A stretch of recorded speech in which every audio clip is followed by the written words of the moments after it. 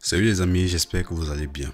Alors dans cette vidéo, j'ai envie de revenir sur la défaite du Barça contre Séville et essayer de vous raconter un peu toutes ces petites choses que j'ai vues et dont on n'en parle pas beaucoup. Alors, de quoi s'agit-il? Pour vous remettre d'abord dans le contexte, le Barça s'est incliné face à Séville 4-1, une belle fessée. Et ça montre encore dans quelle spirale négative le Barça se trouve en ce moment. C'est bien dommage, mais il faut le rappeler. Parce que bien avant, le Barça s'est incliné toujours au Camp Nou, si on peut appeler ça comme ça, ou alors à Barcelone face au PSG en Ligue des Champions 2-1. Cette fois-ci 4-1 face à Séville. Mais je pense qu'il y a intérêt là à se poser déjà des bonnes questions. Pourquoi est-ce que ça s'enchaîne de cette façon? Qu'est-ce qui manque? Quelle est la pièce qui faisait en sorte que le Barça jouait et aujourd'hui peine à imposer son style de jeu, s'il faut le dire comme ça. Franchement, dans ce match, on a vu beaucoup de lacunes du Barça qui sont ressorties. Ou alors, je dirais, dans ces deux derniers matchs. Parce que ça s'enchaîne, ces mauvaises performances, et puis il y a raison de se poser certaines questions. Du coup, ça m'amène à soulever le premier point marquant.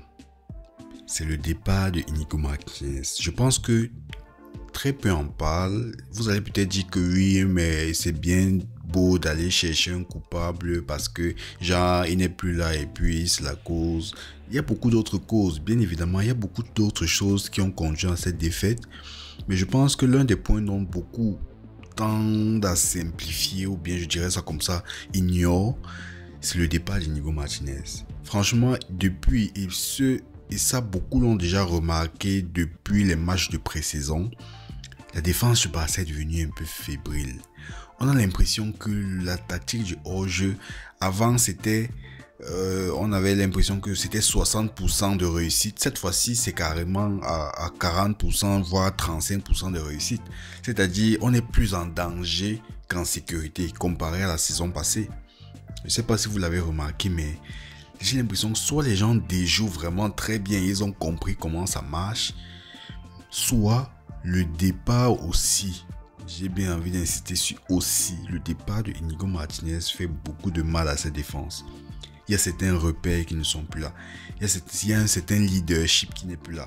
La paire Inigo Koubassy faisait vraiment beaucoup de... Ils s'entendaient très bien. Il y avait un qui prenait moins de risques, qui restait plus en retrait. Et un autre, c'est-à-dire Koubassy, qui se lançait un peu plus vers l'avant, cassait des lignes, trouvait des passes clés, des passes décisives même parfois. C'est pour vous dire, ça manque vraiment à ce Barça. Moi, c'est la première chose que je relève. Et c'est bien dommage de le voir. Peut-être Araujo ou alors la paire qu'on essaye toujours de former avec Koubassy. Peut-être on n'a pas encore trouvé le juste milieu. Mais ça manque à ce Barça. Et ça fait en sorte que toute la stratégie du hors-jeu est remise en question. Le deuxième point marquant que j'ai envie de mettre en exergue cette fois-ci, c'est la fatigue des joueurs. Les joueurs parcourent plus de kilomètres. Il y a des joueurs qui enchaînent. Je pense là à Pedri, Frenkie de Jong. Et je pense que ça peut se ressentir déjà à un moment donné. Ils sont fatigués. Et ce n'est pas anodin. Ça n'arrive pas aussi pour rien. Pourquoi?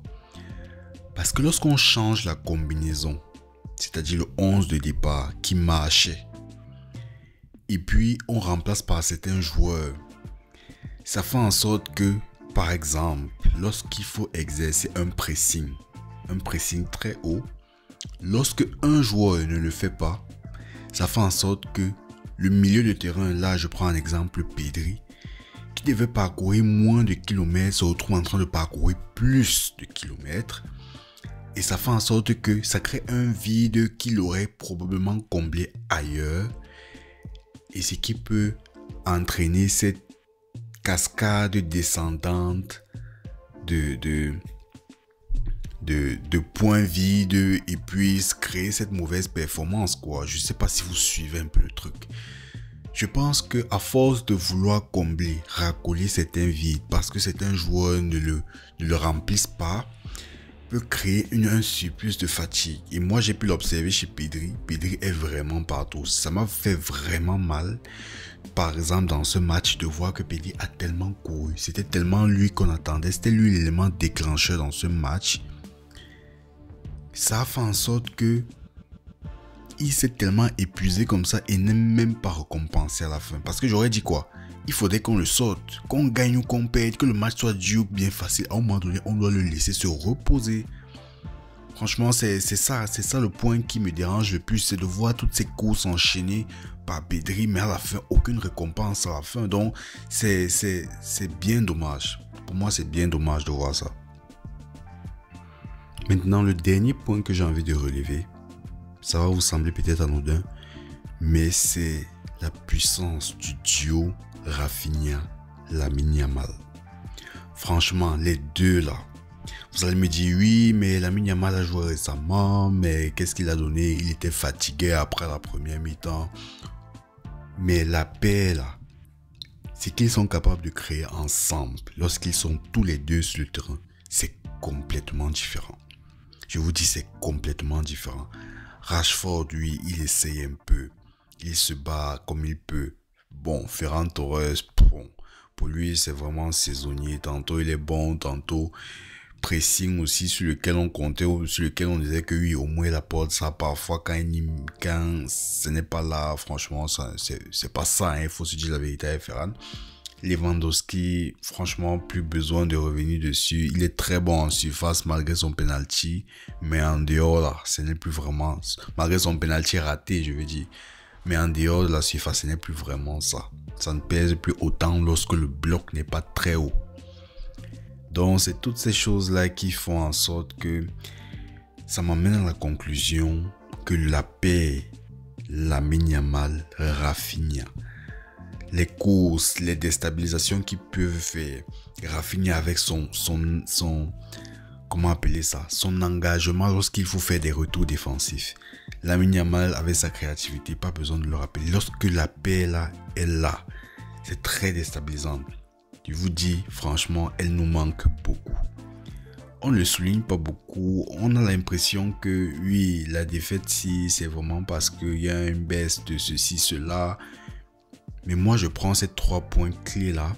Je pense que c'est vraiment sur ça qu'il faut travailler. Donc, vraiment, c'est difficile de remplacer un Lamine Yamal et un Rafinha. Mais il faut vraiment se poser et analyser comment combler l'apport que ces deux avaient. Comment le faire? Au milieu de terrain, comment reposer les joueurs? Sachant que ça s'enchaîne et il faut pouvoir déjà maintenir la deuxième place ou alors chercher à très rapidement regagner la première place. Du coup, ça implique parfois de mettre ses meilleurs joueurs sur le terrain. C'est une vraie équation. En défense, comment faire en sorte que cette ligne défensive puisse fonctionner malgré des cadors qui sont partis comme j'ai envie de dire le cadeau qui est parti comme Inigo Martinez. Comment faire en sorte que ça rejoue bien en défense? Peut-être le fait que Baldé va revenir, ça va un peu soulager certaines choses. Même comme Gérard Martin, ce n'est pas si mauvais, mais parfois la défaite collective de toute l'équipe fait en sorte que ça remontre certaines faiblesses et certaines lacunes de certains joueurs. Mais en soi, il faut vraiment reconstruire cette défense-là pour que ça marche. Pour que ça marche vraiment. Heureusement, comme l'a dit Hansi Flick, cette trêve internationale va faire beaucoup de bien. Les joueurs pourront se changer les idées, revoir d'autres trucs. Ça peut faire en sorte qu'ils reviennent de manière un peu plus frais. Et puis avec les idées changées. Et puis revenir dans une autre dynamique. On espère positive cette fois. Les amis, c'est tout pour cette vidéo. Je tenais à vous partager mon point de vue, un aspect dont beaucoup de personnes, dont très peu en parlent. Et je voulais énumérer cela avec vous. Dites-moi ce que vous en pensez en commentaire. Est-ce que je me trompe carrément? Est-ce que il y a d'autres choses pour vous qui sont symptomatiques de cette mauvaise forme du Barça? Je vous lirai en commentaire. D'ici là, portez-vous bien et à très vite. Ciao.